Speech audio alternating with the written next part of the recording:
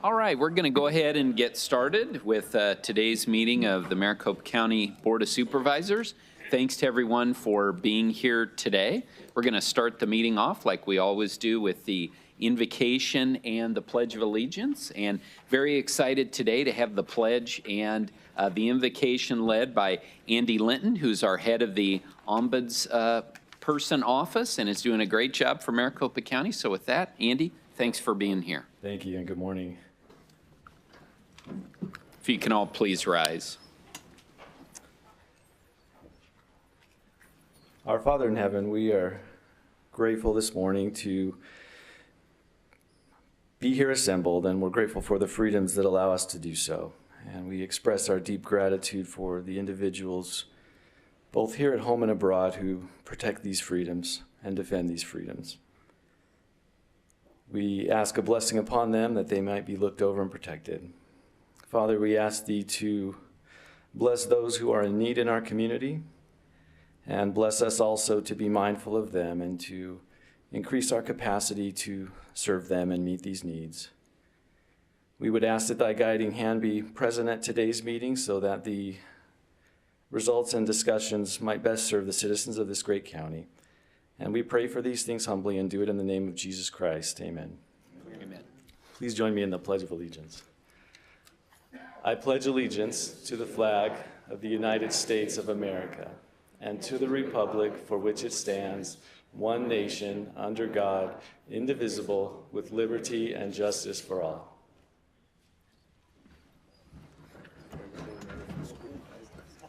Thank you very much, Andy. Really appreciate that. Madam Clerk, will you please call the roll? Thank you, Mr. Chairman. Supervisor Sellers? Here. Supervisor Chukri? Here. Supervisor Hickman? Here. I understand Supervisor Gallardo is on his way. And Chairman Gates? Here. Thank you very much. Next, we will move on to the Employee Service Awards. Jan Plank, our Human Services Director, or Human Resource Director, if you can please join us. Thank you. Good morning, Jan. Good morning, Chairman Gates, Supervisors, and County Manager Rich. We're excited today to award 10 of our employees who have served for 30, 35, and 40 years. So I'd ask that the board and County Manager Rich come forward so we can have some photos, please.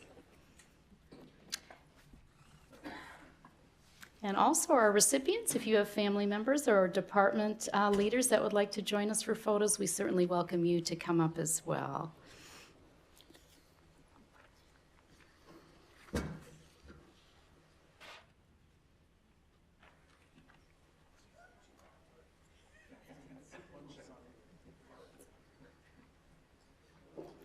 Our first award recipient is Sergeant Alan Goodman from the Sheriff's Office. He's celebrating his 30 years this year. Sergeant Goodman started with MCSO in 1989 as a deputy sheriff and indicates that during that time he's, quote, saved a few lives, made some arrests that made our community safer, and raised the bar for deputy standards once he became a supervisor.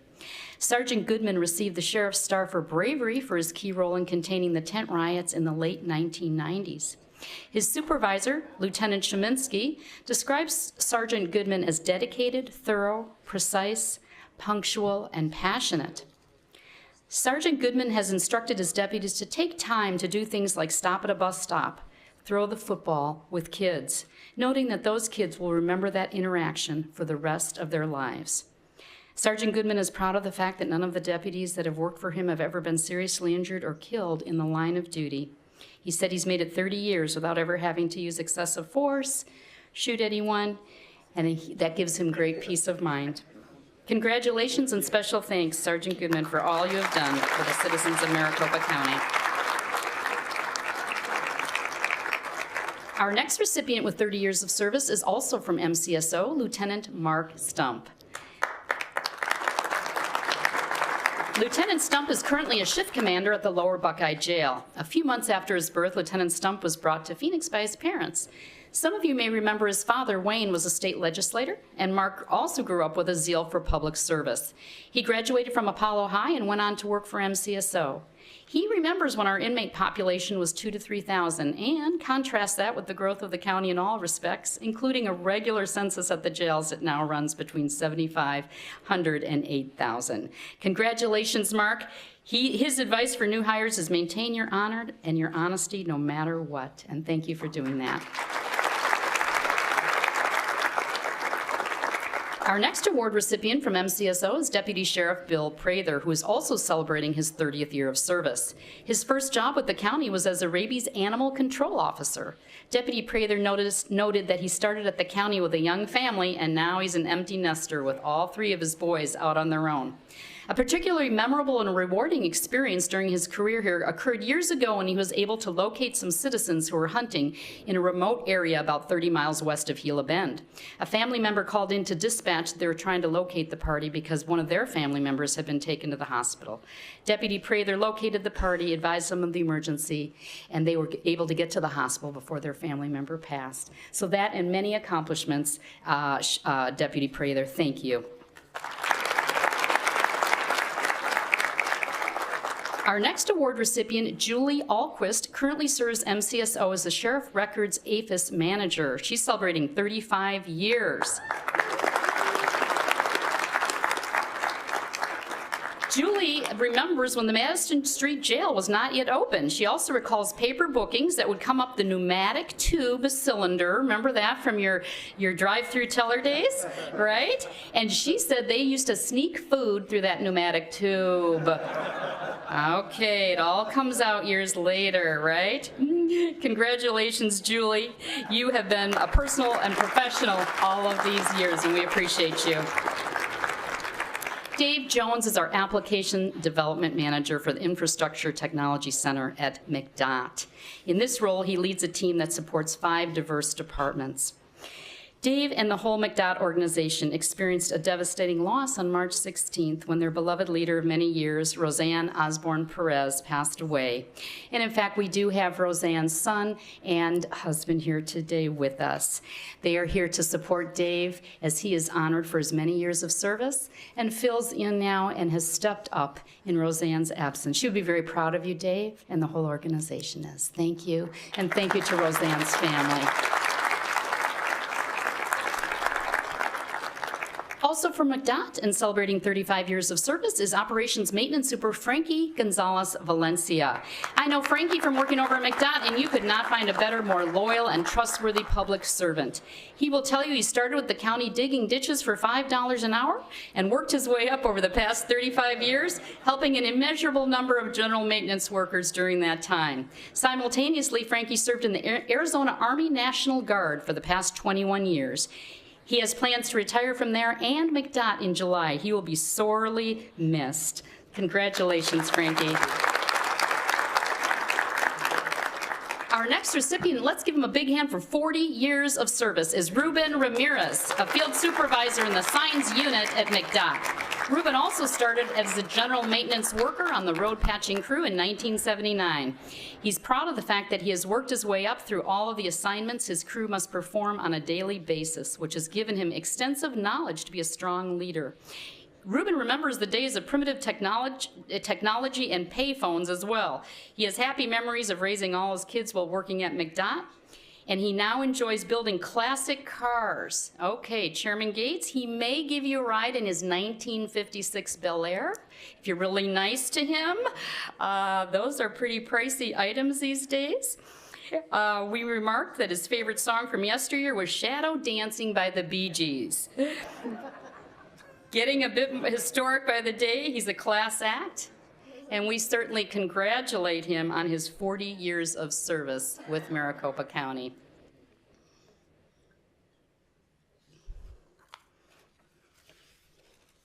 Very good. Thank you. Thank you, Ruben and his family, for joining us, and coworkers. Next, we recognize for his 30 years of service, Stephen Waters, Flood Warning Branch Manager for the Flood Control District. We do love that name, don't we? Stephen Waters at the Flood Control District. The worst flood Stephen can remember, as lots of us can, was 5 years ago on September 8th, 2014, the day that I-10 at 43rd Avenue turned into a lake and 5.5 inches of rain fell in 8 hours in Chandler. Stephen was in the high-tech command room down at Durango and spent the night, as he had on many other monsoon evenings, monitoring and directing operations for flood control. He spent much of his adult life growing the scope and size of the flood warning program, helping people understand the physics of vehicles in moving water. And he tells you, don't do it, okay? Don't put your vehicle in moving water. So thank you, Stephen, for all those nights, all those all-nighters during monsoon season. You kept all of us safe.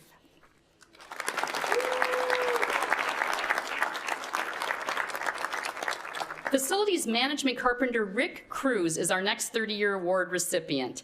Rick came to the county as a journeyman carpenter and millwright and boasts that he has worked in every county building throughout his career. His service predates the admin building, and he remembers fondly the Lures storage facility. Rick recalls getting excited when he got some new power tools and a cordless drill. Wow. A real treat. Over the years, he's gotten great satisfaction from keeping our buildings both safe and ADA compliant for the public and visitors. He's an expert cabinet maker and still derives pleasure from his craft, which is found less and less in the new builds of today. When asked about what advice he would give to other employees, he said, stop asking for more money all the time. And you know, I really like that. You need to come over in HR. I can put you on the phones to talk to people who call me. So anyway, thanks, Rick, for all of your years of service. Congratulations.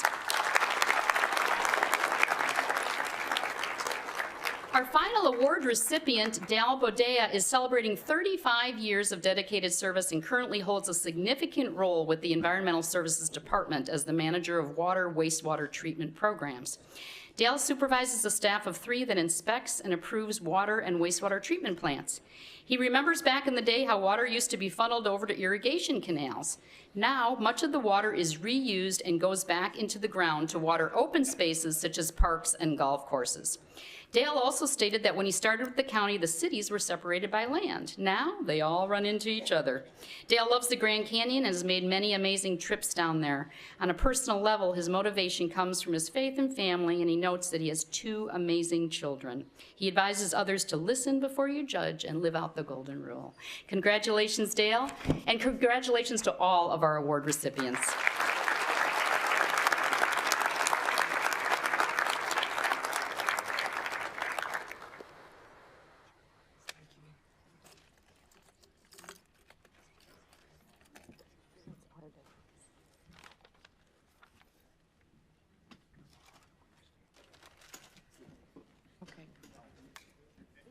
So congratulations to all of our honorees, and you certainly, if you want to stick around, we've got a lot of exciting issues that we'll be addressing, but if you'd like to head on with your day, certainly feel free to do so. Thanks again. And as folks are walking out, I sincerely apologize. Jose Santiago is over there. He wasn't in his normal place, and so I'm a creature of habit, obviously. So I didn't see over there in the corner, so please come up and join us, as you always do. And you have a little friend with you today. Yes, we have a little 4-month-old Chihuahua Min Pin mix. We're naming her Dottie. And she's very sweet. We're actually kind of surprised that she is still at the shelter. She's been up for adoption for about 2 days now. And typically a puppy this size won't stay very long in our shelter environment, but she is still with us. She's at the West Shelter at 27th and Durango, and her adoption fee is $300. We are starting to see the shelters filling up, so we are definitely encouraging folks to come out and adopt as much as possible. And I also want to take a moment to thank the folks with Fix, Adopt, Save. They are helping our Pet Help program today do a no-cost spay and neutering event in one of the most underprivileged neighborhoods in Phoenix. So we are really excited that the folks out there are getting the help that they need, keeping animals out of the shelter environment. But if anyone's interested in her, she is up for adoption today. So that's Dottie. Wonderful. Well, Jose, thanks for bringing Dottie, and again, thanks to you and everybody over in Animal Care and Control for all the great work that you do. Thanks so much and thanks for your patience. All right, and so with that, we will now move on to the planning and zoning consent agenda. And so if Jen no, just, I don't see Darren, just Jen. Jen, you're flying solo today. He's afraid to follow the company. I know, that's tough. That's tough. How are you today? Good. Well, thanks for joining us. And like I said, we now have the consent agenda. If any of my colleagues have questions, this is time to ask them. If not, I would entertain a motion on PZ1, Maryland Ridge Estates RUPD, and PZ2, Toy Barn North. Madam Clerk, are there any speaker slips today? Mr. Chairman, I have none on those items. I just understand they got some additional letters of support. All right, excellent. On two? Yeah, Chairman, Supervisor Hickman, for 2 Toy Barn North, the existing opposition changed over to support. All right, excellent. Good job, Bill. Mr. Chairman, I move for approval items PZ1 and PZ2. All right, thank you Supervisor Hickman. Do I have a second? Second. Thank you Supervisor Sellers for the second. We have a motion and a second. All in favor, please say aye. Aye. Aye. All opposed? Motion passes unanimously. Thank you very much. Next, we'll move on to our statutory hearings for Clerk of the Board. 6 is liquor license applications. A, new license for Pilot Travel Center, 1180. B, person transfer for Coyote Cabaret. And C, special event license for New River Kiwanis. Madam Clerk, do we have any speaker slips on 6A, B, or C? None, Mr. Chairman. All right, then at this time, I would look for a motion on item 6. So moved. Thank you very much. We have a motion and a second. All in favor, please say aye. Aye. Aye. All opposed? That motion passes unanimously. Now on item 7, impact statement hearing for the proposed Evergreen Irrigation Water Delivery District, and item 8, impact statement hearing for the proposed Arden Estates Irrigation Water Delivery District. Those are both in District 2, and I'll turn it over to Supervisor Chukri. Thank you, Mr. Chairman, and I appreciate your helping me with these 2 items and discussing them. Madam Clerk, we have We have a number of speakers. Okay. So as we have commonly seen this year with these irrigation districts, they many times are necessary for neighborhoods, especially some of the older neighborhoods that rely on irrigation. But there's also some concern as well as misunderstandings about what goes into these. And so on these 2 items, and I'm specifically referencing 7 and 8, we've heard that from opponents and proponents in the past few days. So at the outset, I want to say just a few things. First and foremost, that, Mr. Chairman, I'm going to ask that these 2 items be continued to May 22nd. But in addition to that, I would encourage the neighbors to come together. These are difficult times, I understand, as far as the nuances of irrigation districts. I grew up on an irrigated lot. I know Mr. Hickman has, and I think many of us have.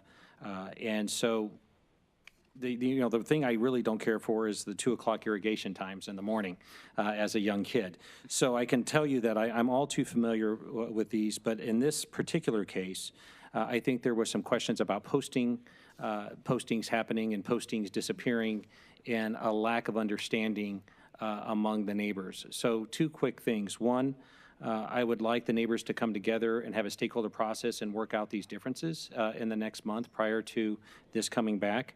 And 2, if you are here and drove down here, we certainly want to hear you speak and we want to hear your thoughts. We would just ask that you consolidate them and try to work toward a better place on both of these items in the coming weeks. So with that, Mr. Chairman, I'll turn it back to you. Wonderful. Thank you very much, Supervisor Chukri. We do have several slips here on item number 7 then. So Yes. Pursuant to your wishes on the Evergreen item. So pursuant to your wishes, we'll go ahead and ask folks to come up in order here to briefly address the Board of Supervisors. First, to speak in favor, let's see.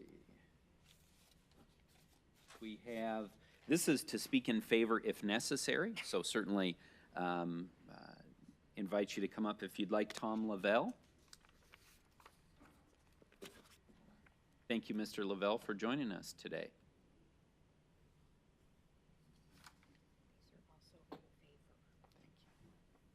Thank you, Chairman and Board. I'm here to speak in favor of establishing the Water District in the Evergreen Historic Neighborhood. I've been a resident of the neighborhood since 2012. Most of the homes were built in the mid-1950s.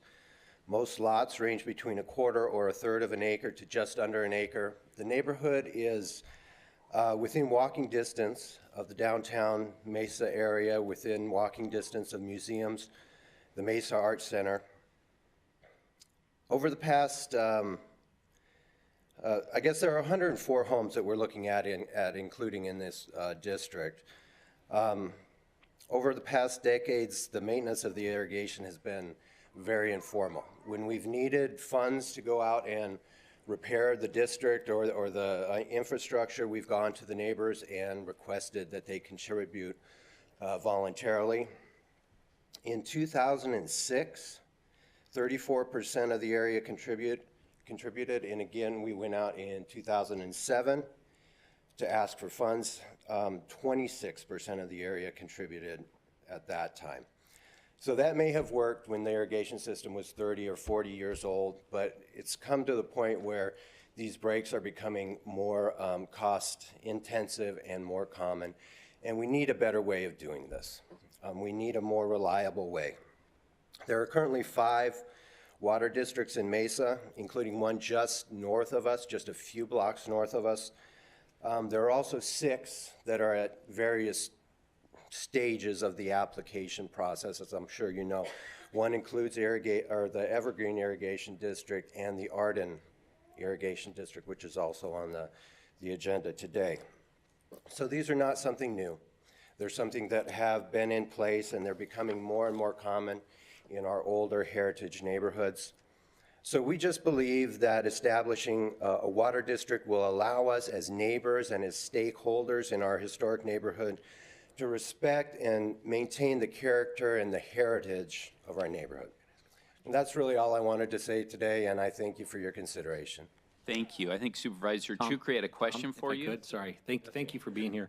Tom, what do you estimate the annual cost being? You said there's about 104 homes. What do you expect that cost to be per home, or is it too premature to understand that? What we've proposed is a levy of about $50. Is that the question that you're asking? Yeah, that's correct. That's correct. Yes. Yeah, it's right around in the $50-$55. And that's annually? Annually, Okay. yes. Okay. Thank you very much. Thank you. Thank you for your time. Next, in favor to speak if necessary, Peter Vargas. Thanks for joining us.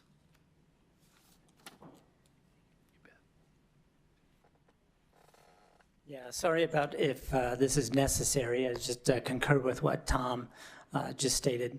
I've lived in the neighborhood for 2 years. This is my first time dealing with flood irrigation district, and I love it. And I'm surprised that more neighborhoods aren't irrigated this way. Coming from a subdivision for the last 20 years with a sprinkler irrigated lot and understanding the cost difference is amazing. So I love the area. That's why we moved to the area, because of its heritage, because of the greenery. So like Mr. Lavelle just said, I concur with what he stated. So excellent. Thank you very much. Appreciate you coming down. In favor, but not to speak, Nancy Cohen. Also Edward Gerndt, Dee Brown, Barbara Bingham, Howard Beha. Okay, so we've got those. And then also we have in favor, now it doesn't say to speak, not asking to speak, so obviously if you do want to, please come on down, but these are also in favor of Evergreen.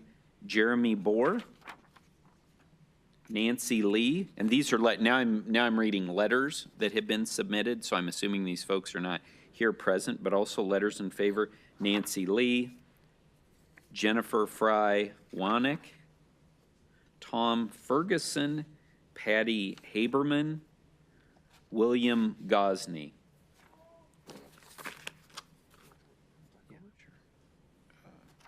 And then also, I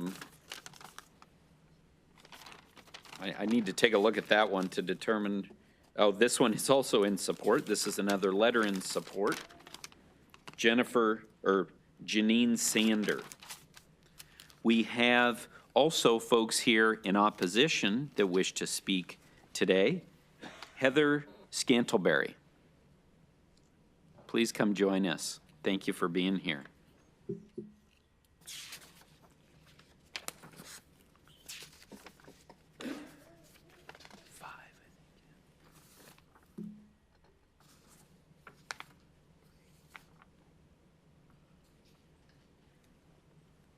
Good morning. Good morning. Good morning, Chairman Gates, Supervisor Chukri, and members of the board. I appreciate the continuance of this matter. I actually think we have a lot longer than a month that we need to work on this issue. And so I'm going to address this as a policy issue and not specifically as a neighborhood issue, since we're able to continue it as a neighborhood group. I have a lot of concerns about this as a policy issue, and I'll tell you some things that you should all be aware of that SRP representative told us in our meeting. And this is me. For one, we know SRP kind of has a monopoly over our water rights as far as providing and delivering that water to our properties. SRP actually reimburses neighborhoods for trying to pass IWDDs, whether they pass or not. If they pass, this county back charges us for what it costs the county to do this process. And just a side note, in the neighborhood newsletter that they sent out, they told all the neighbors that the county doesn't charge anything, that we get all the money that's collected back for our water district, and that's just not true. So there's a lot of misinformation. But SRP, the fact, they actually have a pamphlet that promotes this process and pushes for this process. I brought that with me. I wanted to show you. But the fact that they reimburse neighborhoods and are actively pursuing this process, the SRP representative told us that right now there's like 12 or 14 IWDDs in all of the territory here where they have, provide the water to people that have water rights. And he said their goal is to get all like 2,200 or 2,400 neighborhoods into IWDDs.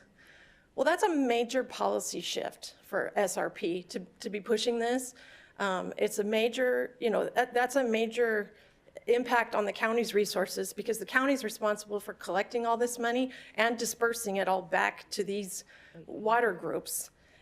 So I'm very concerned. I think, I'm not even sure that this IWDD law is being used appropriately because in the way the statute's written, it sounds like it's for areas that have been cut, that have water rights, but have been separated from those, from the ability to receive that water. And we've had perpetual irrigation water coming to our properties for 100 years, so I'm not sure this is being used properly.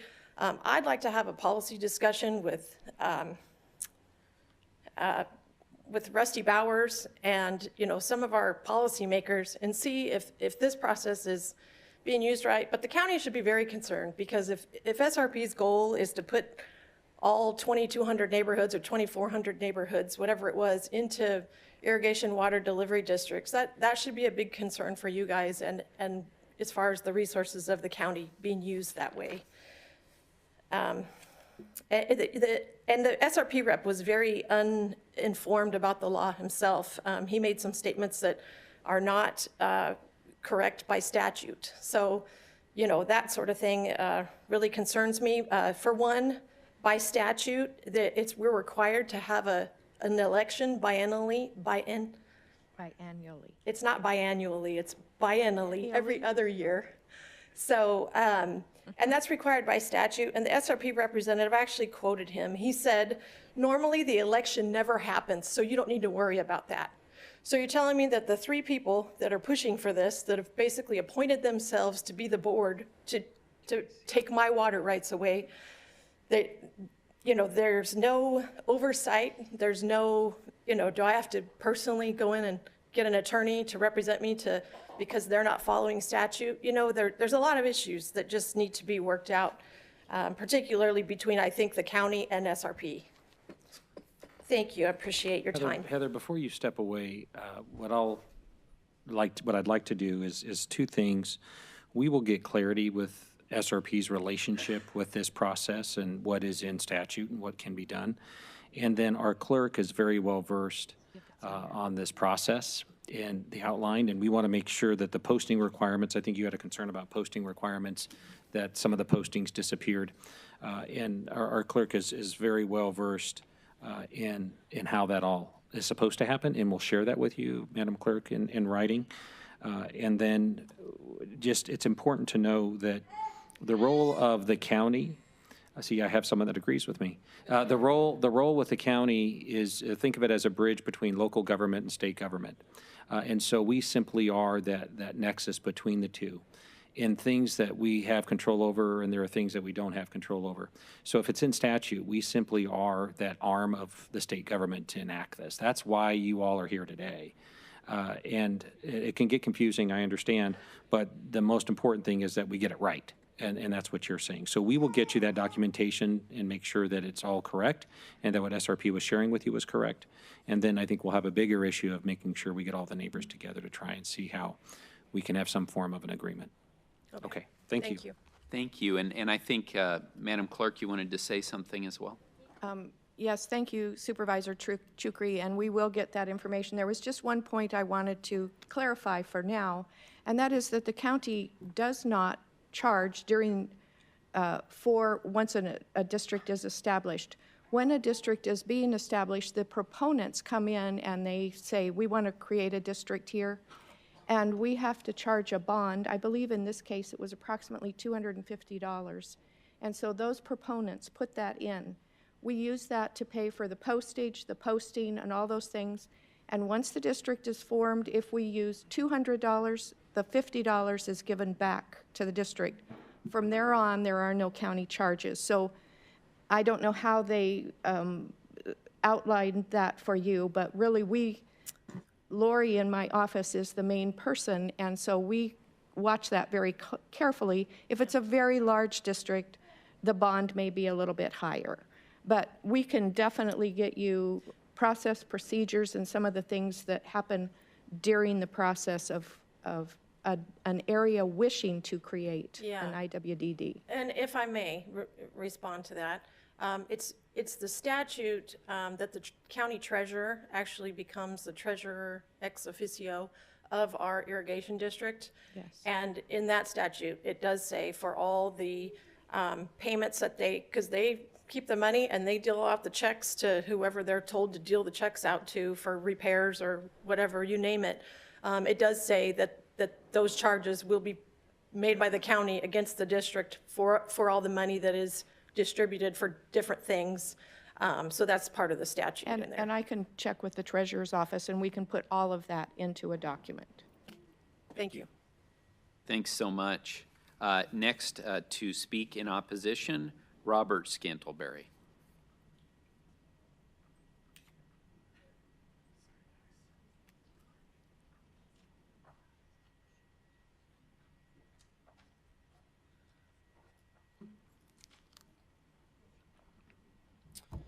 Chairman, supervisors, thank you for giving us some time. It changes my talk a little bit because we're going to postpone this. So if you can tell, my wife's a little well-read. Correct? She's great. We've had issues with government before. We defended our private property from eminent domain through restriction of a property permit for easements. That's also, she forgets some things, that's also something that is attached to this. We're very fearful of giving 3 of our neighbors governmental power to potentially take part of our property for eminent domain for what we don't know. It's kind of Pandora's box. some of the other things, this is just patently unfair. For one, we chose to move into a neighborhood that did not have a water district. We chose to move into a neighborhood that does not have an HOA. We should add another letter to make that a 4-letter word, by the way. We really don't like HOAs. We want freedom. We want to exercise our property rights and our water rights. This would strip us from a property and water right, which I specifically went to. I could have moved 1 street over and lived on Robeson, 2 streets over.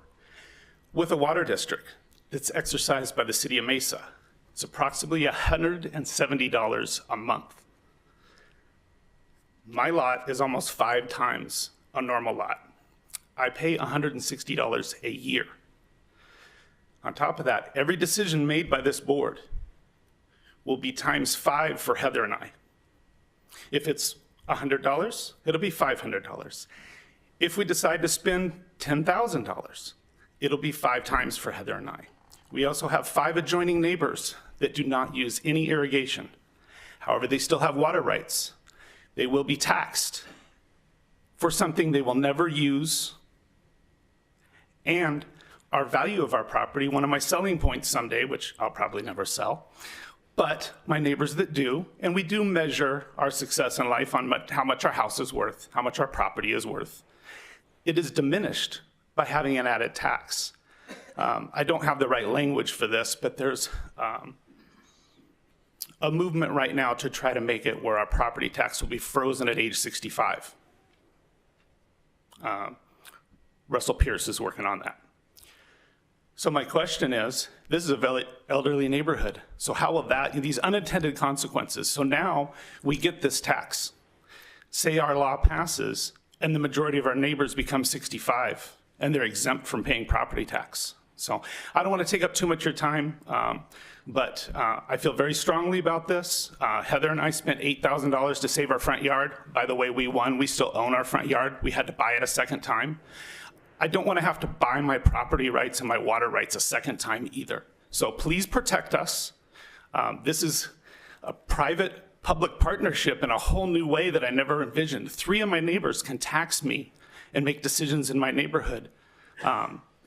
It takes 51% to make this go through. If it's a disaster and it has to be undone, it takes 100% of participation to undo it. When it fails, the city of Mesa is standing at the gate and can take over the water district. And I suspect that that may be it. One of the people putting this forward is a city of Mesa policymaker. So I'm very concerned about why this is happening. Thank you. Thank you very much for coming down and speaking. Next, we have 3 folks who are in opposition but not wishing to speak. Sharon Medley, Rodney Mindrup, and Loretta Hood. And those are all the speaker slips that we have. So again, thank you to everyone who has come to speak on this item. And I'll turn it back over to Supervisor Chukri. Thank you, Mr. Chairman. On item number 7, I will move to continue that to our May 22nd meeting. All right, we have a motion to continue to the May 22nd meeting. Do I have a second? Second, Mr. Chairman. Thank you for the second. All in favor, please say aye. Aye. Aye. All right, and then next we'll move on to item 8. And item 8 is impact statement hearing for the proposed Arden Estates Irrigation Water Delivery District. And on this particular item, we have someone who would like to speak who is not sure. So they're not in favor, not opposed. And so we would invite them to come speak now. Elizabeth Meechan. And I apologize as I am mispronouncing people's names. Okay, great. Thank you for joining us this morning. Thank you.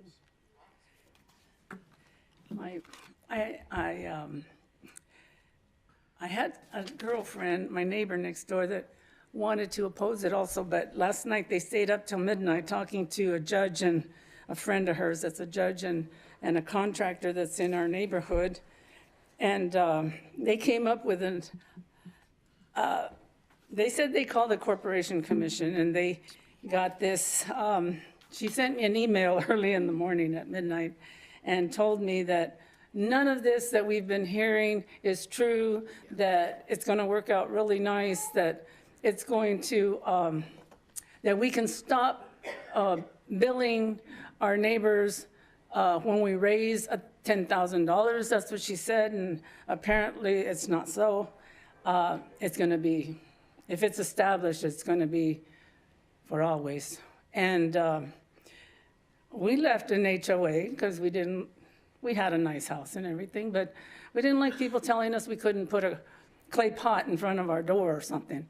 But we've had 19 years of good time here in this Arden Estates, and if we have neighbors that have chosen not to take irrigation, and they're going to be forced to pay whether they take irrigation or not, because their lots are a little bit smaller and they figure they can water whatever they have as far as greenery. And we have an acre, but we can take it or leave it, you know, at this point. As long as we water our trees, which are closer to our house, we would be fine. But to be forced to do something, we're not citizens that really like to be forced to do anything. And to have 4 people tell us, or 3 people tell us what we have to do every month, or that we have to do cut trees, or we've had the SRP has told us if we don't like it, we can move. Well, no, we don't want to move because we're already past 65 and we're still paying taxes. So I don't think it's ever going to end. I think I'll die with tax. And now we're going to get taxed. My friend told me last night that we would not be taxed, that it would be something we would send in and it would not be a tax, considered a tax. May I read this? I know I didn't address you and say thank you for having me up here. That's fine. I don't know the protocol, but I've been You're doing hearing- great. It's really beautiful what they said.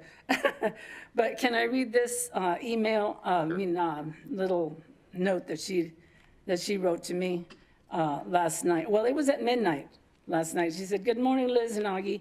After meeting with our neighbors, the Rosenthals, and my friend, the judge, and discussing the matter with the Corporation Commission," so apparently they had somebody there that was from the Corporation Commission, "I feel reassured that there is in no way these efforts to raise an account for future," she thinks it's just an account, "for future emergencies funds to secure our water for irrigation will turn into an HOA.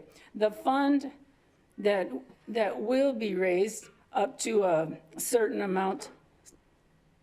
I thought they had a certain amount already, but apparently there's no certain amount because they put here more than $10,000. It says, I lost my spot. Fund to be raised up to a certain amount. And then no more contributions will be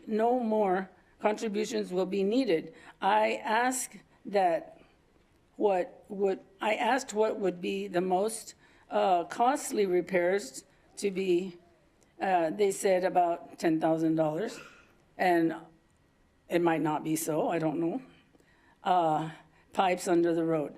Tomorrow's meeting is not a hearing. It is a done deal, guys. And after doing much research, now she wanted to talk me out of coming this morning. I said, I'm still going. I just feel like I have to.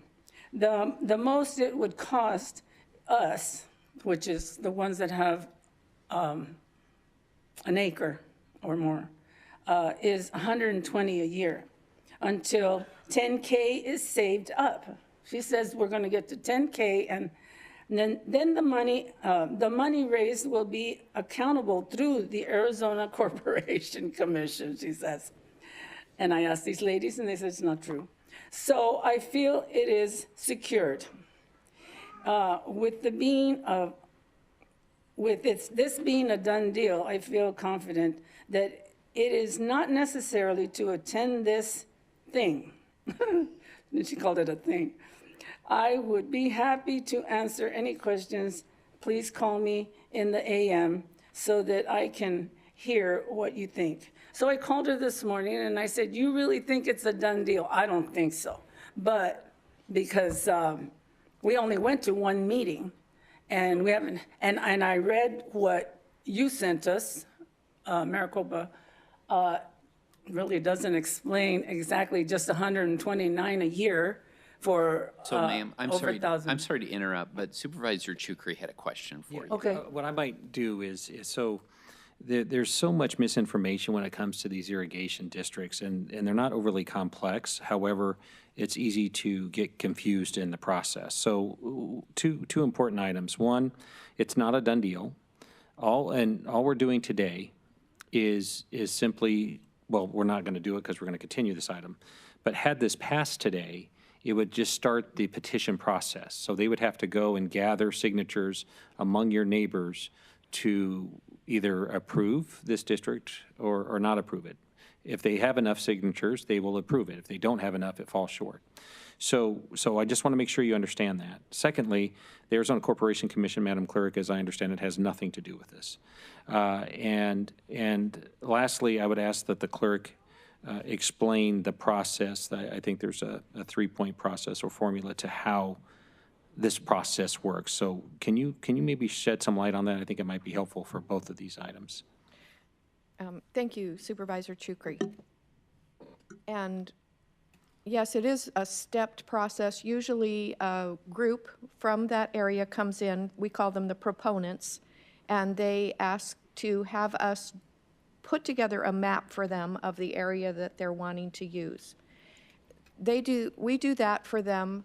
They take that back and they begin to have neighborhood meetings. And then they put together an impact statement, which simply states, this is the area. If we have a budget of approximately this to take care of things on the average home, and then they tell us what the average would be. In this particular case, if many of the homes are approximately a half an acre, and on a half an acre, it would be about $60. So you're right, if it's an acre, it's $120. Then the step is to bring that impact statement, which would be what would be happening today, to the board. And the impact statement is reviewed by the assessor's office, by our legal department, some other departments, just to make sure that what the information that we have is correct. And then the Board of Supervisors would say to the proponents, okay, go gather signatures and see if your neighbors want to do this. And then there's a 3-part criteria that they must meet. They have to get more than 50% of the property owners within that area, more than 50% of the assessed value within that area, and more than 50% of the actual acreage or area within the area. Then they bring the petitions back. Those are reviewed by the assessor's office and checked for, is Mrs. Brown really in the district? Does she live here? That sort of thing. Mm-hmm.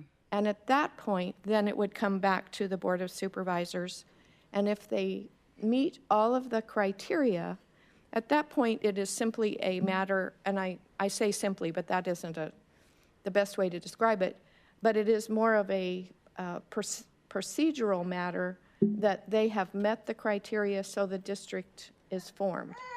However, after that, there is a 20-day waiting period whereby if people in the neighborhood feel that there was anything wrong or they want to oppose it, then they can have an opportunity during that 20-day period to oppose. So those are the basic steps. Is that helpful? Yeah, is there any way that I can get that sent Well, to we'll my get that to you. email? We're going to put it all down in writing and Because I kind of did give write it my to email these. on my little form there. We're going to get it to the opponents of both these two items, these two agenda Okay. items. Yeah. Well, because I was against it because, we don't use all of our 3 hours of irrigation because we have a building in the back and it's just, it floods it. It's a danger to the building. Eventually it'll sink or something. And so, and I've also heard that some of the neighbors that don't take irrigation have like sheds over the lines. I don't know if they're going to be made to move those things, and that's encroaching on their rights to whatever they want in their backyard. And I just figured that I did come here thinking there is a lot more that has to be discussed about this because I don't want SRP telling me I have to go because I'm not that happy. I am a happy person and I don't want to move. you know, so, We don't want you to move either. So we, No. with that, Mr. Chairman, I'm going to move Yeah, so I'm to done. continue this item. yes. Thank you for being And here. I think we need more than a month because Yeah. I don't think these people move fast enough. I did have a couple more Oh, I speakers on this apologize. item. I Yeah, apologize. no problem. Thank you so much Okay. for joining us. Thank you very And thank much. you, Madam Clerk, for walking through that tutorial for all of us. It was You're welcome. extremely helpful. So next, to speak in favor, we have Dan Millett. Thanks for joining us. I'm sorry. My mistake. Thank you for letting me speak, Chairman and board members. My name is Dan Millett, and I'm just a proposed board member, and I've personally jumped into 3 culverts that are about 10 to 15 feet deep with my jackhammer and jacked out the bottom. We have 68 people in this proposed district that have indicated alarm that they won't be able to get cheap SRP irrigation water if we don't get these gates maintained and keep them going. This was organized and built back in the 60s, so it's over 50 years old. Our gates are rotten, and we're in jeopardy of not even getting water. So 68 people, mainly, we came together. We've had meetings, 2 meetings on March and August of last year, or this last year. They were well attended. These are the people in our district, and the check mark shows people that attended and paid. There's about 10 people that don't get water. They don't want water, and we understand that, but they're in our proposed district.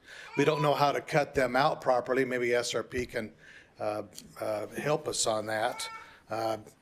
We have some wonderful people in our area, and it's just the majority of them want to keep this water coming.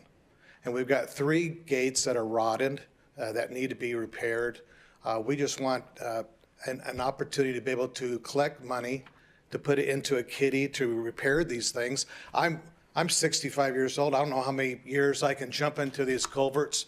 There's another gentleman that's in his 90s that jumps in the culverts with me, and he's a great help on this. But, you know, we're not going to be around that long. We just want to make sure we have a district that can bring this cheap irrigation water to us that has been built by people that have foreseen that we need water and built the dams and delivery systems. This is just something in our neighborhood that can help us do that.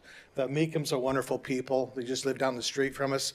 They attended the meetings. They gave the money, and they're wonderful people. If people don't want to get any water, we understand that, but the majority of the people do want the water. There's 60 of them. I think there's 10 that don't get any water.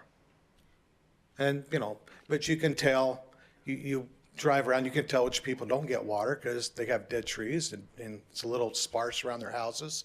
But we just want to be, make sure that this continues, that's all. And I know that there is a bond put out for the board members. There's 3 of them that oversee it. We just want to make sure there's money there that we can call somebody besides ourselves to take care of this problem. That's all. And we consider it a great blessing to be in an area that has irrigation water. We think it's a great plus to have a house that can get irrigation water. So with that being said, we just want to let you know that there's a lot of people that are for it, and we just want to proceed and get petitions and collect the signatures necessary to proceed on that. So. Mr. Millett, Supervisor Chukri had a question for you. It's actually, Mr. Miller, it's actually for the clerk, Madam Clerk. It's my understanding that you can't exclude properties, that the rights flow with the property. Is that correct? That has been our understanding, because if there's 2 properties here that receive water, one in the middle that does not, but the pipes go through, then they still are a part of it, and they may sell their house, and the next person may want the irrigation to come in. So, am I saying that right, Yes. Lori? Yes. So we've kind of always talked about it that way, but that's our understanding of the way the statute works on that particular issue. Thank you. Thank you, Mr. Miller, for being here. Okay, thank you. And then we had Colleen Wheeler, who's opposed, and speak if necessary. Would you like to speak, or? All right, come on down. And Mr. Chairman, Supervisor Chukri, Lori also reminds me that by keeping it together, it affects the water rights of each of those property owners, and it helps them to keep their water rights. Great, Sorry. happy to see you brought a friend today. We resorted to a protein bar to keep her quiet, so I apologize. The best. Looks like it's working well. Yes, Chairman and Supervisors, I appreciate the opportunity to come down. I'm the least informed person to appear before this particular matter today. I only found out about it about a week ago. We had been invited to the neighborhood meetings regarding irrigation planning, but because we don't have irrigation pipes to our property, I thought we were just being notified as a kind gesture, so I didn't attend until I got the notice that we were being included in the district. And so I'm one of the people that doesn't just not take irrigation. We don't have irrigation pipes to our property. And I don't know if that was a function of, it was mapped out once many years ago, but the lay of the land meant that irrigation was never brought in. When we bought the property in 2009, and I knew that there was irrigation in the vicinity, I was actually rather hopeful that we might be able to bring irrigation in. So I contacted SRP. They pulled maps. He said, it looks like it could be close. Let's see what we find. He came out and walked the property with me. We located where the nearest end of the run was, and he said it would take this many 100 feet to bring the lines in, and the neighbor had permanent structures in the direct line of access, and that it would require some coordination with the neighbors and significant expense. So we decided that because of the property, we wouldn't go ahead and bring the irrigation to our property at the time. So we'd kind of ignored all the chatter because we're not irrigation users. We don't utilize it, we don't have access to it. But when we got the maps, we were highlighted in. And I don't think we're the only ones that, with very good intentions, a vague dotted line kind of headed in our direction. And so we were included in the district. So my phone calls have also led to some confusion as to who was actually driving the ship. I love the neighbors who have maintained this for a really long time, and I feel for them. We've tried to contribute money even though we don't use irrigation, knowing they're bearing the cost of this. And so I want to provide a mechanism for this to be organized and not be on the backs of just a couple of people. But if we could find a way to not include people who don't have irrigation lines on their property at all, and I'm not the only one, I think others have contacted the board in the last few days after we got these letters. That would be wonderful. So we were also told that this was a rock now rolling, and in order to be excluded, we would have to, after it passed, file for annexation. That sounded expensive to me, and maybe including a lawyer or a lot of paperwork. So I wasn't here to hear that it had been continued, but if that was the case, maybe there's a process where we could look again at the maps and talk to the right people to make sure the boundaries are appropriate so that I'm not a vote in opposition when I really shouldn't vote at all. That's it. Thank you so much. Colleen, it's good to see you. Yeah. And so I know Colleen's home well. I think you're at the edge of a cul-de-sac. Yes. And this is all too familiar for me, Mr. Chairman, because her house is literally 4 houses removed from where I grew up and has been in my family for 47 years. So I used to play in your home when it was under construction. I apologize if I broke anything. I think you know things about Yes, our house that I we do. don't. Yes. I do, and I think there's a safe somewhere too, by the way. But the reality with Ms. Wheeler's property, which is very unique, and I see Mr. Adams, who's in the same cul-de-sac, is that is the last part of that development that is a very large development. And so I was unaware. I know you don't get irrigation because you have more of a front yard than you do a backyard. And so we will look into this, Colleen, and I appreciate your sentiment in that you shouldn't be having a vote on something that you have nothing to do with, in essence. So we will look into this and get back to you, and we will pull up maps for your cul-de-sac, which I think there's about 6 houses in that cul-de-sac. Yeah. Okay. So that's it. Thank you so Thank you. much. Mm-hmm. Thank you very much, and as Supervisor Chukri referenced, we also have a letter here from Richard Adams, which is raising questions and concerns about this irrigation district. So with that, those are all the speaker slips, and I'll turn it back over to Supervisor Thank you. With that, Chukri. Mr. Chairman, I'm going to ask that we continue item 8 until May 22nd. Thank you for that motion to continue. Do I have a second? Second, Mr. Chairman. Thank you, Supervisor Hickman. Motion to continue in a second. All in favor, please say aye. Aye. Aye. All opposed? All right, motion to continue passes unanimously. Thanks to everyone who came down to speak and learn more about this important issue. With that, we'll move to statutory hearings. Under transportation, number 9 is road file declarations on road file number 5932. Madam Clerk, do we have anyone here to speak on this particular item? None, Mr. Chairman. All right, the board will now consider item 9A. Motion to approve? Thank you, Supervisor Chukri. Do I have a second? Second. Thank you, Supervisor Sellers. All in favor, please say aye. Aye. Aye. All opposed? That motion passes unanimously. Now we move on to county officers. Under Clerk of Court, we have 10, which is appointments.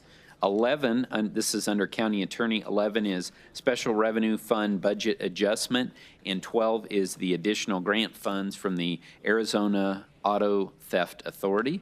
Under Elections, number 13, Primary General Election Cycle Spending Budget Adjustment.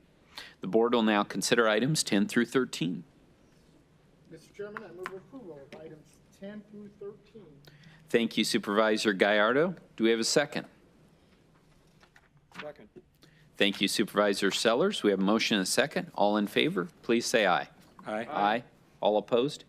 That motion passes unanimously. Next, under the sheriff, we have 14, which is a donation from the Sun City Grand Pet Club. 14 is an IGA with the cities of Avondale, Buckeye, and Goodyear.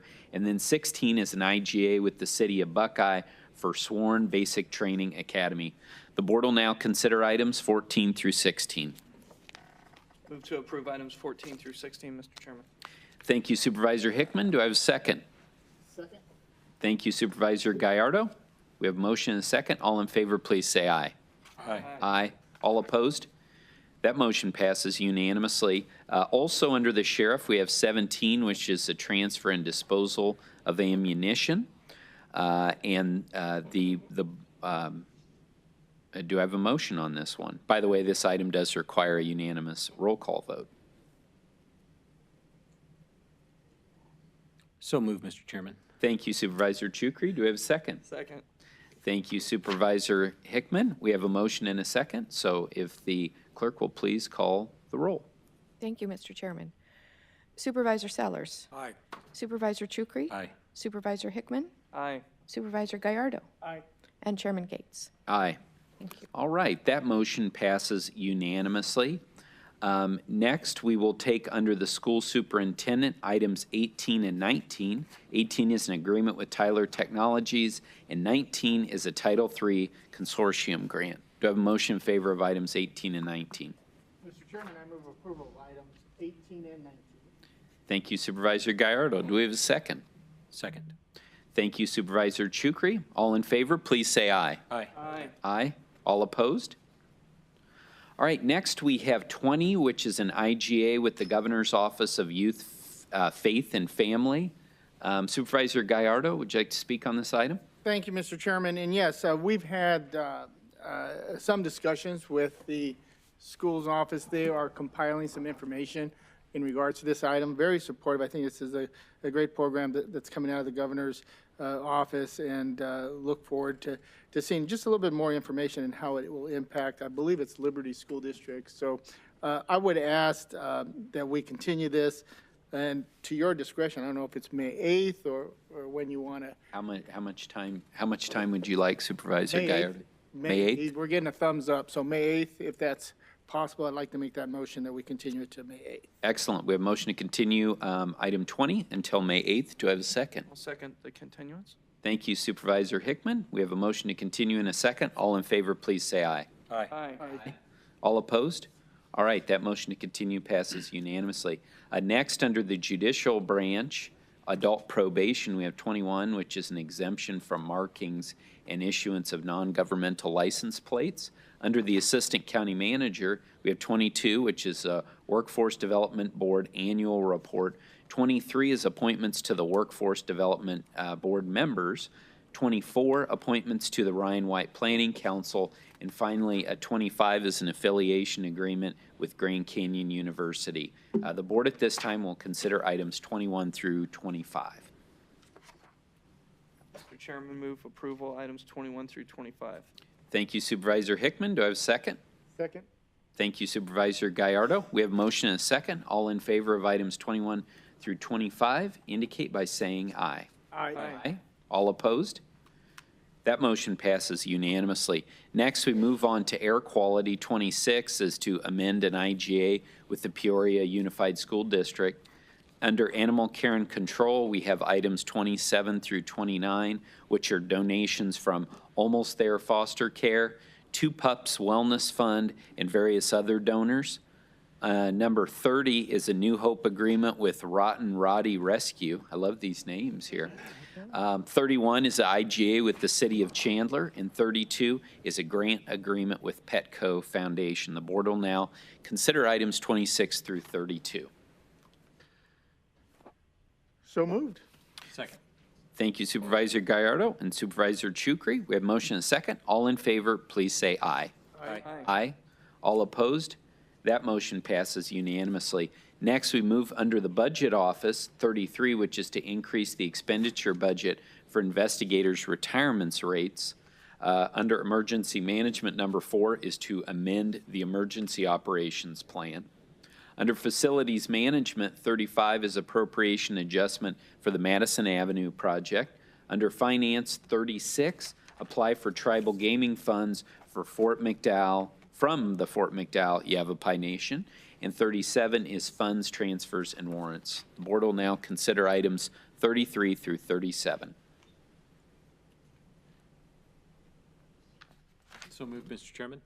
Thank you, Supervisor Chukri. Do we have a second? Second. Thank you, Supervisor Sellers. Motion and second. All in favor of items, of the motion involving items 33 through 37, please say aye. Aye. Aye. All opposed? That motion passes unanimously. Next, we'll move to Human Resources. 38 and 39 are to rescind the loan repayment assistance policies for medical examiner and attorney. And 40 is the licensed professional loan repayment policy. Under Human Services, 41 is grant funds from the U.S. Department of Health and Human Services. 42 through 44 are to amend agreements and IGAs with the First Christian Church of Mesa and the Housing Authority of Maricopa County. And 45 is an IGA with the Housing Authority of Maricopa County. The board will now consider items 38 through 45. Move to approve items 38 through 45, Mr. Chairman. Thank you, Supervisor Hickman. Do I have a second? Second. Thank you, Supervisor Gallardo. We have motion and second. All in favor, please say aye. Aye. All opposed? That motion passes unanimously. Next, under Parks and Recreation, we have 46, which is donations from various donors. 47 is the McDowell Mountain Regional Park Master Plan update. 48 is an agreement with EPS Design Group. Under Public Defense, we have 49, which is the exemption from vehicle governmental decals and plates. And under Public Health, we have 50, which is a notice of award with Health Resources and Services Administration. Board will now consider items 46 through 50.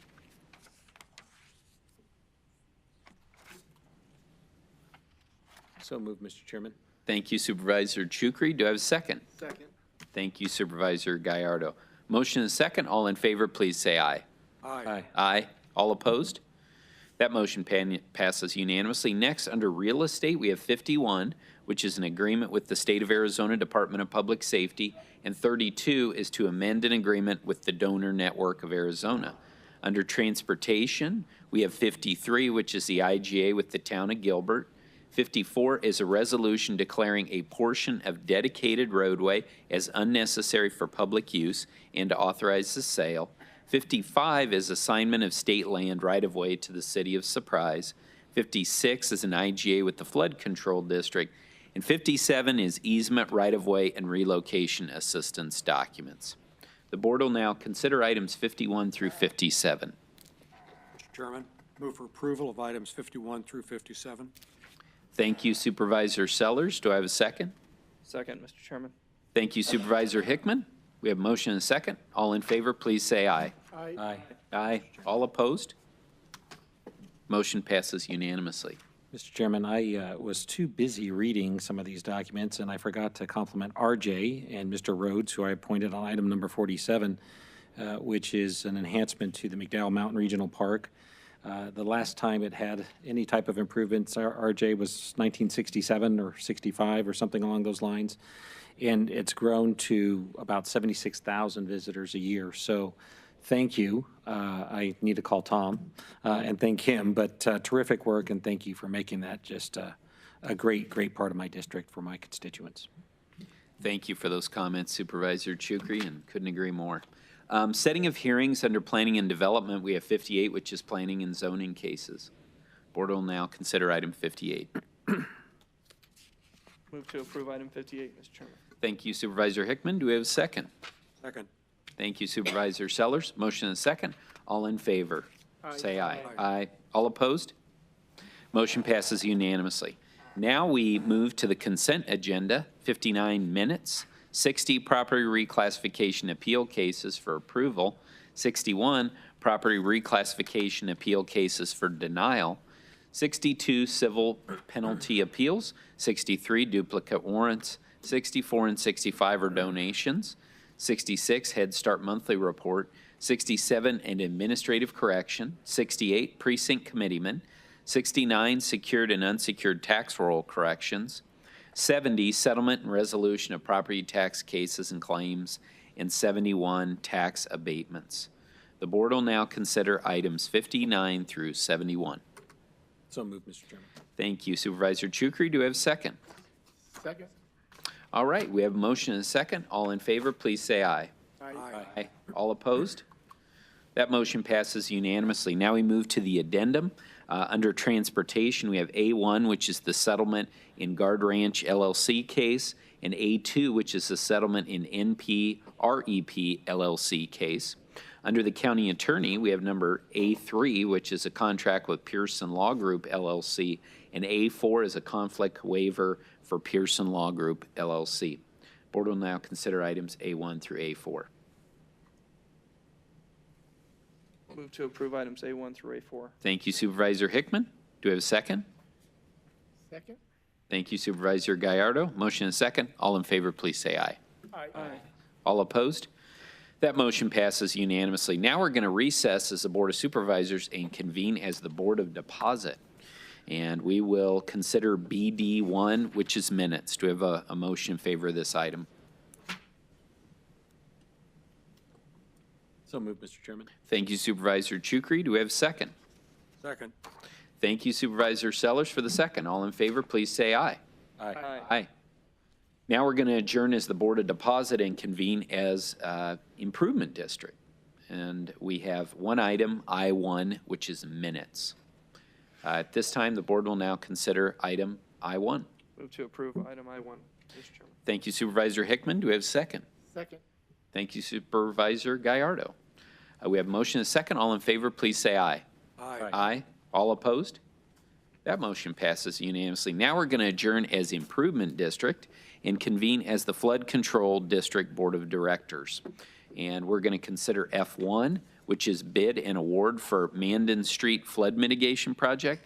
F2, which is declare and sell excess parcel near 7th Avenue and Cavalry Road. F3 is amend the IGA with Maricopa County Transportation Department. And F4 is minutes. The board will now consider items F1 through F4. Move for approval. Thank you, Supervisor Sellers. Do I have a second? Second. Thank you, Supervisor Hickman. Motion and a second. All in favor, please say aye. Aye. Aye. All opposed? That motion passes unanimously. Now we're going to adjourn as the Flood Control District Board of Directors, and we're going to convene as the Library District Board of Directors. We have item L1, which is a grant from Freeport McMoran. L2 is our minutes. L3 and L4 are donations.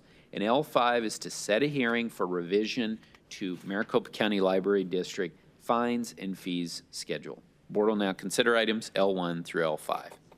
Mr. Chairman, I move approval of item L1 and L5, and a big supportive message on L5. I think it offers opportunities for many of our people, our community, particularly our young people, to get to the library and read and do all that great stuff.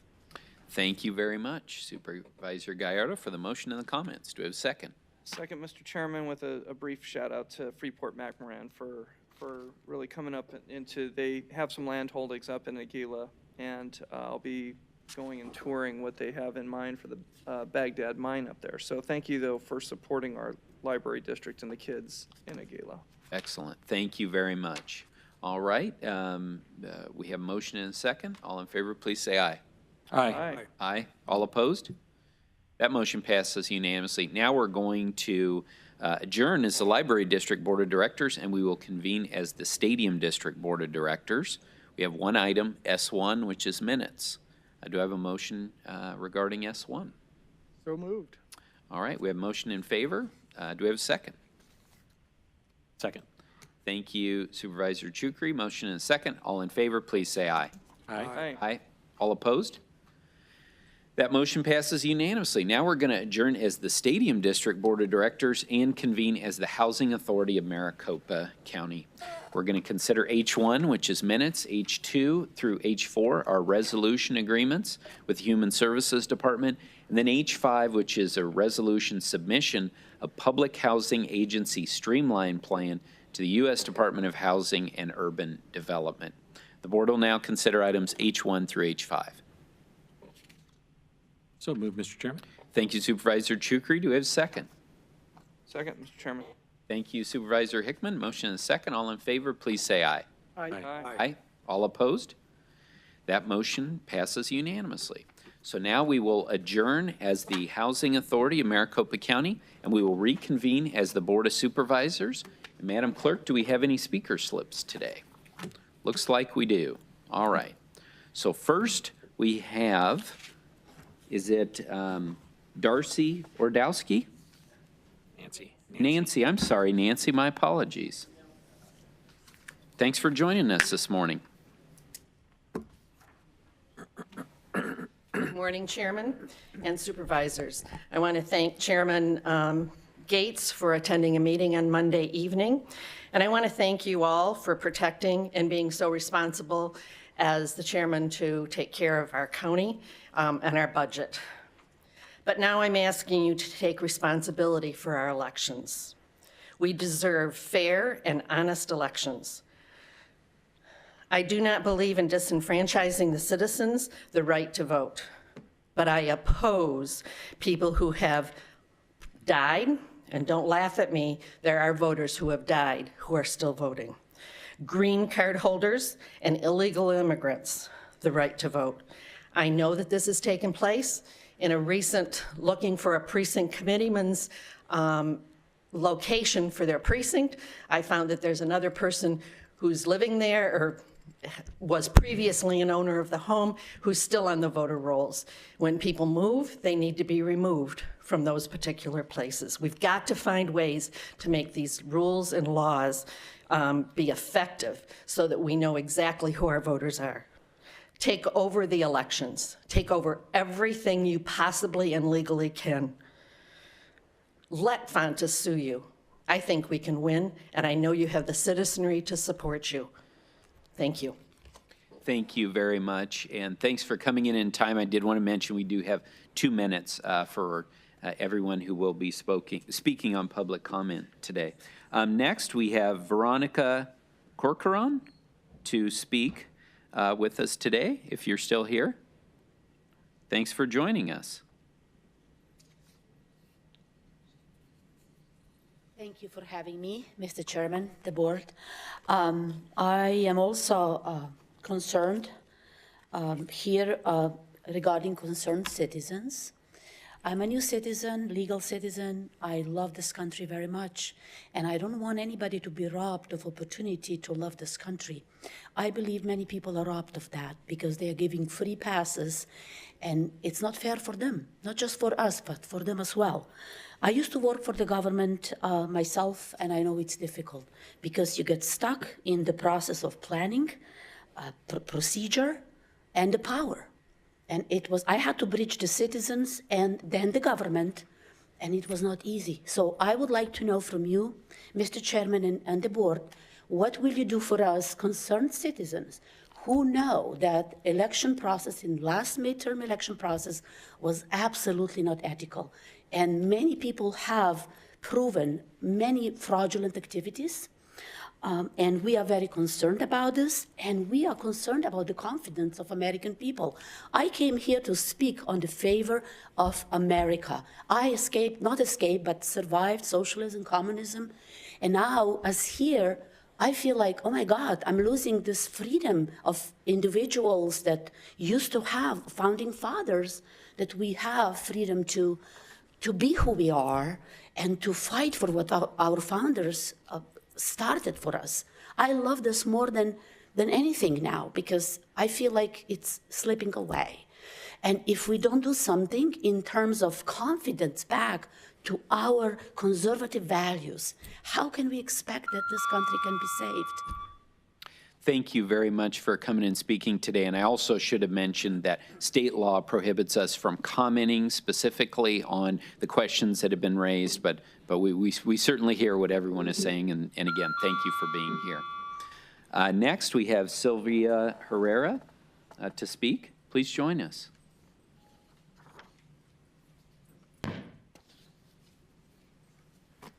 Good morning, Board of Supervisors. My name is Dr. Sylvia Herrera, and I'm here on behalf of several organizations that submitted a letter to the board, and I have hard copies. I'm here today to highlight some of that content of that letter. It says it's directed to Chair Bill Gates and Supervisor Gallardo, to you as well. We want to thank you and Supervisor Gallardo for hosting that community meeting forum last Monday, April 15th.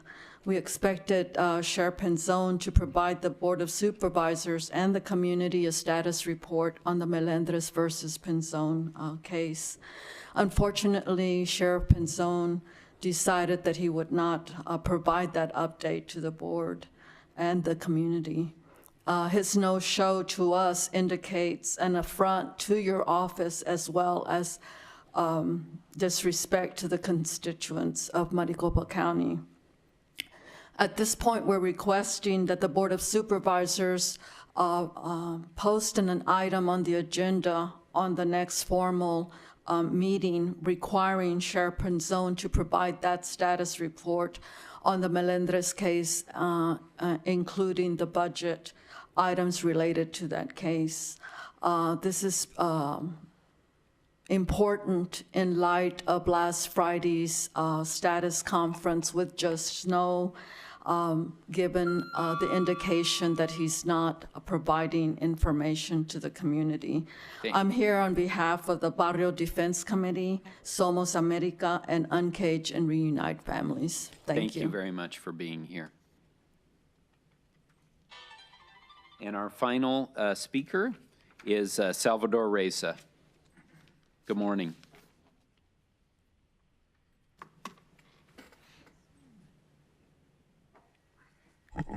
My name is Salvador Reza, Chairman Gates, Supervisors. In the process, I want to thank you guys for giving us that budget breakdown on the last Monday. It helped a lot. But one of the things that surprised us was that we found out that there are still appeals to the Supreme Court on behalf of the county. And I don't understand how come the County Board of Supervisors do not know when you are appealing cases to the Supreme Court. And to me, that's, I mean, if it wasn't because we were told by another attorney that that was happening, we wouldn't have known. And one of the things is that we requested to find out how much money is being spent on those useless appeals.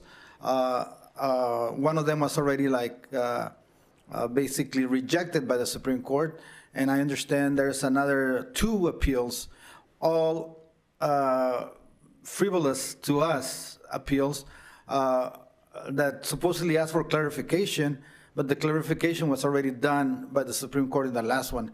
So I would like to know whether, and I know you cannot answer me, but actually want to know why is it that the Board of Supervisors does not know, or do they approve the appeals that the county attorney does on behalf of you guys? Thank you very much. Thank you very much, and as you mentioned, yeah, we're unable to answer those today from the dais. I want to thank everyone who came to speak during public comment, and with that, this is the time during our meeting that we give the supervisors an opportunity to comment if they wish. So today, I'm going to start with Supervisor Gallardo. Thank you, Mr. Chairman. First of all, yes, I do want to extend a big thank you, Mr. Chairman, for participating in our town hall. It was the second one that our office and the county has kind of participated with the community to kind of highlight some of the areas around Melendres. A special thank you to Joy Rich and Cindy for giving the presentation. You all did a great job and really clarified to the community in terms of everything that's going on financially when it comes to Melendres. So that was really good and helpful. Thank you.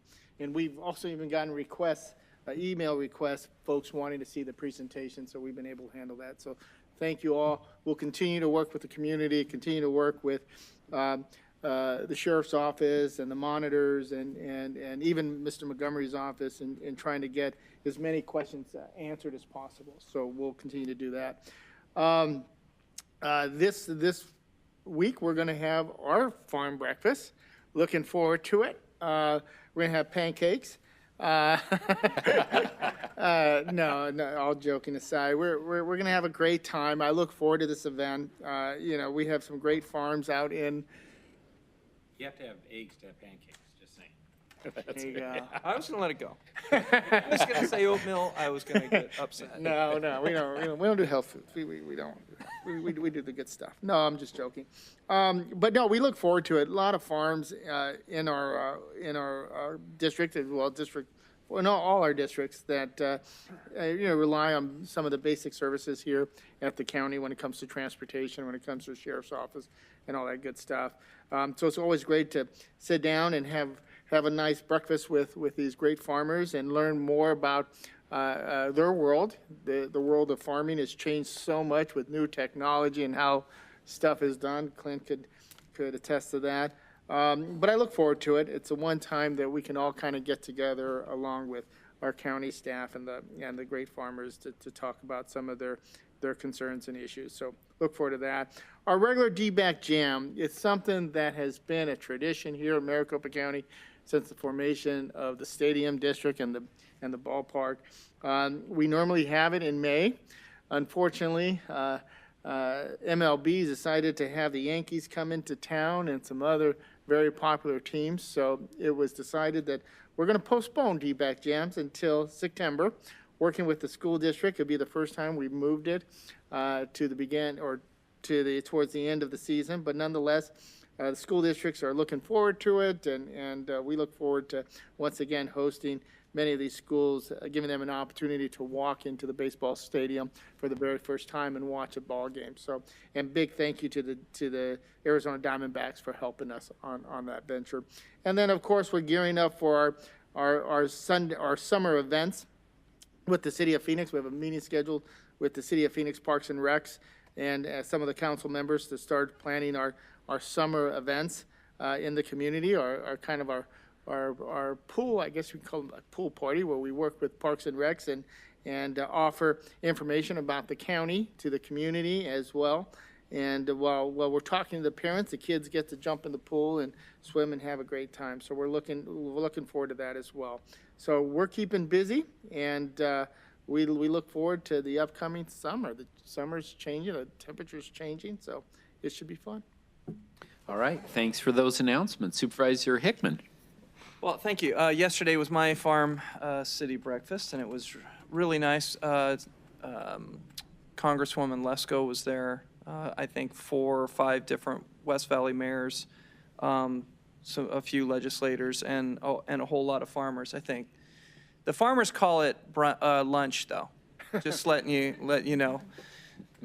They said Chukri's was more like, was that a brunch or lunch or even dinner? Full catered event. Yeah.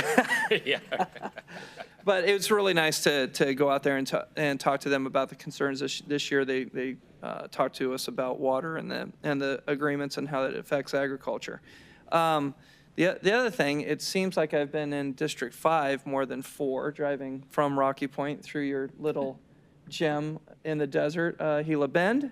But the big thing was Supervisor Gallardo asked me to and sponsored a little tour for the Chicanos por la Casa Job Center that's in, I call it Westridge Mall because I'm an old It's kid. Westridge. It's still Westridge Mall out there. It's not Desert Sky, Westridge. The great thing about it was to see just how far the grant funds from the Maricopa IDA are going and what they're going towards. It's extremely important for that community, but it was those guys are working over there, getting people employed, getting people trained. I got to witness, I think, 2 different job trainings that were going on for things that were going to employers that are in that district and beyond. So thank you for the invitation to come out there and talk to them. So with that, rolling along. Excellent. Thanks a lot. Ms. Rich? All right, Supervisor Sellers. All right, Supervisor Chukri. I'll be brief because I know it's been a long meeting, and I'll tell you that it's amazing to me that last week we learned that Maricopa County is the fastest growing county for the 3rd consecutive year. Many have said that's to the credit of the immediate past chairman. Many people have said that, right? So it's amazing, though. Seriously, I mean, you have to put it into context. And last week I went to the 80th anniversary of a couple that lives in Leisure World in Mesa. He was 101, and I think she was 98. Wow. And I said, how many 80th anniversaries have you ever been to? Well, even though that's incredibly extraordinary and something to celebrate, I also think being the fastest growing county for the 3rd consecutive year is extraordinary. And it's something to celebrate. And we've kept the rate flat. We're doing all that we can to maximize every dollar. And this isn't about patting us on the back, but it's about saying Arizona's a great place. Maricopa County's a special place, and it will continue to be. And it's through efforts of people that are in the auditorium coming and speaking to us about what they believe we should be doing, impassioned about what we should be doing. And we take that seriously. So I'm grateful to you, Mr. Chairman, and to my colleagues for helping us continue to move forward what I think is the best county in America. Thank you. Well said, Supervisor Chukri, and I just wanted to take this opportunity with the Employee Service Awards that we had today, just to say thank you to the 13,000 employees of Maricopa County. I know we recognized a few of them who have had an exceptional run of service here with the county, but all of our employees do incredible work. Many of them in difficult conditions, challenges that they face, but they all do it with a smile, and they really are part of why Maricopa County continues to be a place that people want to move to, people want to start a new life here. And again, so Joy, if you can pass on to all of them how much we here on the board appreciate their efforts. And with that, this meeting is adjourned.